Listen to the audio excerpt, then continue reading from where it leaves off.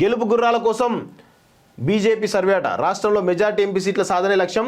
దక్షిణ భారతదేశంపై కమలం ప్రత్యేక దృష్టి. ఇప్పటికే పార్టీలో అంతర్గత కసరత్తు ముమ్మరం. 4 సిట్టింగ్లకు అధిష్టానం గ్రీన్ సిగ్నల్. పార్టీ ఆదేశిస్తే మల్కాజ్గిరి నుంచి పోటీ అంటూ ఒకరిస్తారు. లోక్సభ ఎన్నికల్లో గెలుపు గుర్రాల కోసం బీజేపీ అధినాయకత్వం ప్రత్యేక సర్వే చేపట్టింది. తెలంగాణ నుంచి మెజారిటీ ఎంపీ స్థానాలు దక్కించుకునే దిశగా పావులు కదుపుతున్న కమలం పార్టీ అందుకు అనుగుణంగా బలమైన అభ్యర్థులను బరిలోకి దింపాలని నిర్ణయించింది. ఇందుకోసం అంతర్గత సర్వే నిర్వహిస్తోంది.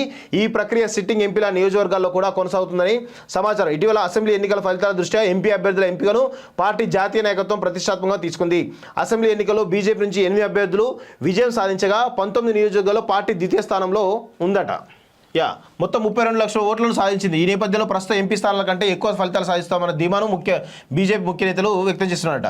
సో మొత్తానికైతే పార్టీ మల్కాజ్గిరి నుంచి పోటీకి ఈటల ఉన్నాడు అనే విషయం కూడా తెలుస్తోంది. సో దీనిలో ఇంకా పలువురు కూడా మరి పోటీకి ఉన్నారనే విషయం కూడా తెలుస్తోంది. సో 4 సిట్టింగ్లకు మళ్ళా ఛాన్స్ అంటున్నారు. కానీ కరీంనగర్ పరిధిలో బండి సంజయ్ పైన తీవ్రమైన వ్యతిరేకత వస్తున్నట్టు తెలుస్తోంది. సో మరి అది మారుస్తారా లేదా అనేది చూడాల్సిన అవసరం ఉంది.